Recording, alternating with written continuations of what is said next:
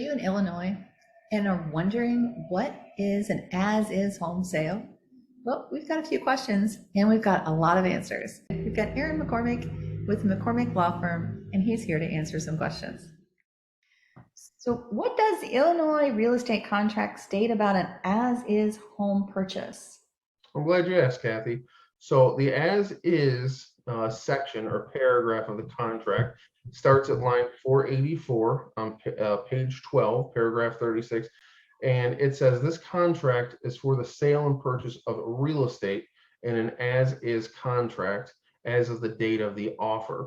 And the buyer, when they initial this, is stating that they acknowledge that no representations, warranties, or guarantees with respect to the condition of the real estate has been made by the seller or the seller's agent, which in this case would be you if you're representing the buyer or whoever they're hiring to be the buyer's agent. At the buyer's expense, which is important to point out, they can hire a home inspector or any other professional that's licensed to come into the home and look at top to bottom, the mechanicals, foundation, whatever they want. With the seller's consent, it has to be mutually agreed to set up that inspection at a reasonable time. And so the biggest thing to point out here is in the event the inspection, it's in bold, we give legal significance to this one, it's in bold. In the event the inspection reveals that the condition of the real estate is unacceptable to the buyer and buyer so notifies the seller within 5 business days after the date of acceptance, this contract shall be null and void. Buyer shall not send a copy of the inspection report, and buyer shall not be obligated to send the inspection report to the seller absent seller's written request for the same. So send the report.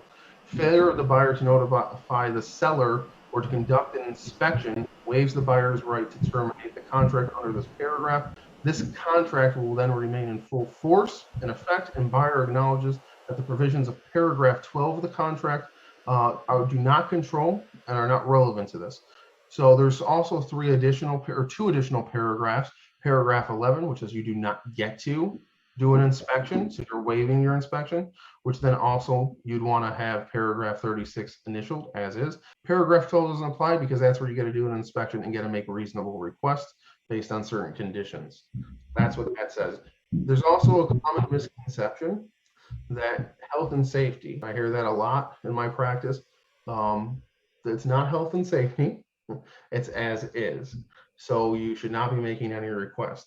The one caveat I would add is if it's something that's so outrageous or something that's such a terrible issue, probably every buyer is going to ask for it. And as a seller, if you receive that request, you might want to consider it because you might not want to lose the deal. But as a buyer, if a standard wear and tear or things that you signed for an as is, you probably shouldn't be asking for it because that's not in good faith and that's in breach of this contract. Got it.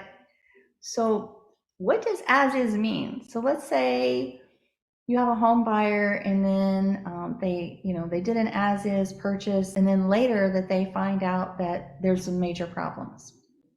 So when you say later they find out there's major problems, you mean that's when they do the inspection as is or after the closing?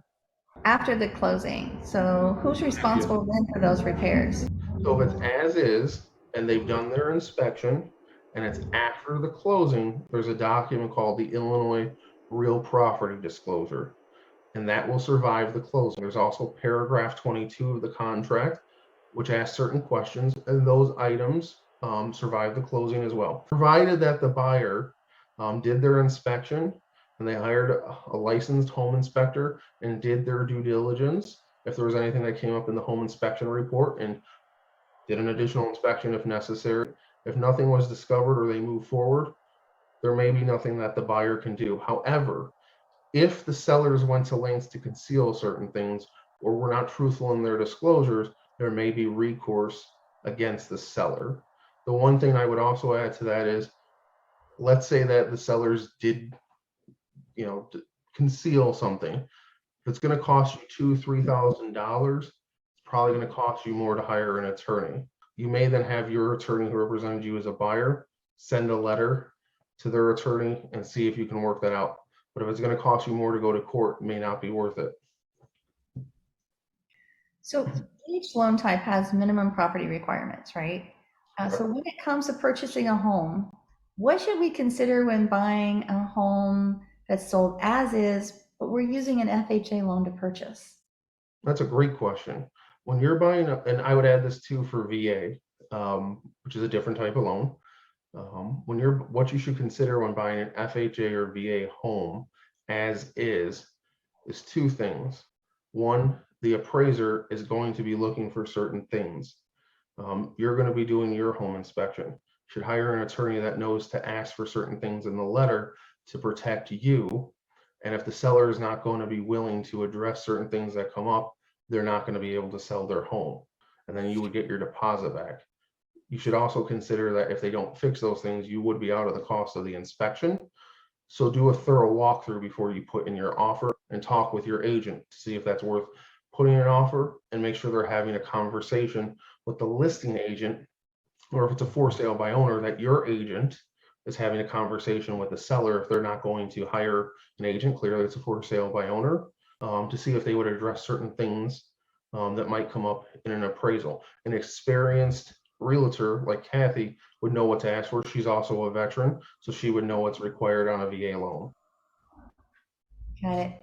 So those minimum property requirements are a little bit different with FHA and VA than they are with a conventional loan, Correct. right?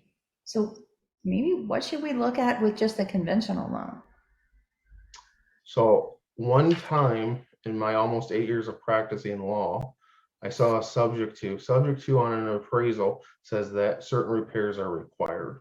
So with a conventional loan, the biggest thing that you need to be concerned about would be, is the property going to appraise? In this market, there's still what's called an appraisal gap addendum, and you want to consider as a buyer, are you going to make up the difference between the contract purchase price and the appraised value? The example would be, I'm buying a home for $500,000. If it under appraises, say, for 50,000, so it comes in at 450 on the bank's appraised value, you're agreeing to bring 2,000, 5,000, 50,000, whatever that agreed to number is. Now you have to bring that out of pocket. And if you don't, the thing that's going to happen first is you will absolutely lose your earnest money deposit, and the seller reserves the right to sue you if you don't buy the home. So are home inspections a must for as-is purchases? So if you've waived your right to an inspection under paragraph 11, you will not get to do a home inspection. On paragraph 36 of the contract, which is as is, you do not have to do one. I would highly suggest you probably do a home inspection if you can, because if something happens post closing, you will have less of a chance of succeeding if it's a major issue, if you have to go to court and sue the sellers. So it's always advisable to do a home inspection if you can. So when a home is sold as is, does that mean it's the whole home, or is it just part of it? Again, with as is, under paragraph 36, including the personal property that's conveyed, it is the entire home, unless the seller concealed something that violates the Illinois real property disclosure, or paragraph 22 of the contract. Got it. So are buyers still entitled to that required disclosures in Illinois, even if the home is an as-is, say radon, lead paint, and the property disclosure? Yes, 100%. The seller has to be truthful and provide the disclosures. It's illegal for the seller to withhold information on those disclosures and knowingly lie. So the seller has to be honest and provide that information. So what about home warranties? Can they offer some protection for an as-is purchase? So yes, just like your insurance policy for your car or a home or a boat or whatever insurance policy you have, every insurance policy has its limitation. And even within the home warranty industry, each policy is different one to another. So yes, and if you've done a home inspection, the home warranty company could ask for your home inspection. And if they determine that something is pre-existing, it may not be covered. So my advice would be, You may want to wait a certain time period before submitting a claim, but not to be dishonest with the home warranty company if they ask for a copy of the home inspection report, because just like any other insurance company, they can determine that you've committed fraud if you lie to them. Well, we don't want to do that. So who should buy an as-is home? There's a couple of considerations. If you're trying to get into a home and you're looking for something that you want to make your own and fix it up, go ahead and buy an as-is home. Also, there's a lot of homes that are in great shape that are as-is. Sellers may not want to deal with repairs. Sellers may not want to necessarily get top dollar. I know that sounds contradictory. Everybody wants top dollar. Some people just want to sell the home as quickly as possible. Also, if you're buying a home that's an estate sale, mom or dad or grandma, grandpa, aunt, uncle, brother, sister, they've passed, we're probably going to sell that as is. And on the disclosures, people who are selling a home as an estate, everything's probably going to be checked no, and they don't even have an obligation to fill out the disclosure, but they usually will do that, because how can you fill out a disclosure and provide answers for a home you've never lived in or owned? So with that being the case, people who are looking to get into a home, people who maybe have a little bit less cash to put down as a down payment or buy the home they want. And also, if you're trying to buy a fixer-upper to make for yourself, and you don't have money to buy new construction, or you don't have money for a higher priced home, an as-is home may be good. Just know that with an as-is home, you're probably going to have some things you need to fix. And the last point I would add to that is, in my experience, people who bought new construction, a year to two later, there's certain things that still need to be done. That's why there's a builder's warranty. Every home is going to have something that usually needs to be done. Just know that you should do a home inspection if you can and determine if it's right for you. Great advice. So you see a lot of contracts, a lot of real estate contracts. Are you seeing a lot of homes today being sold as is? So I've been doing this as of November of this year, 8 years, and I've seen the most waived home inspections in my practice between the end of 2020 and 2022, and the most as is contracts that I've ever seen. And so, yes, to get a contract accepted, a lot of people are paying over list price and are waiving their right to an inspection, and at a minimum, they're as is.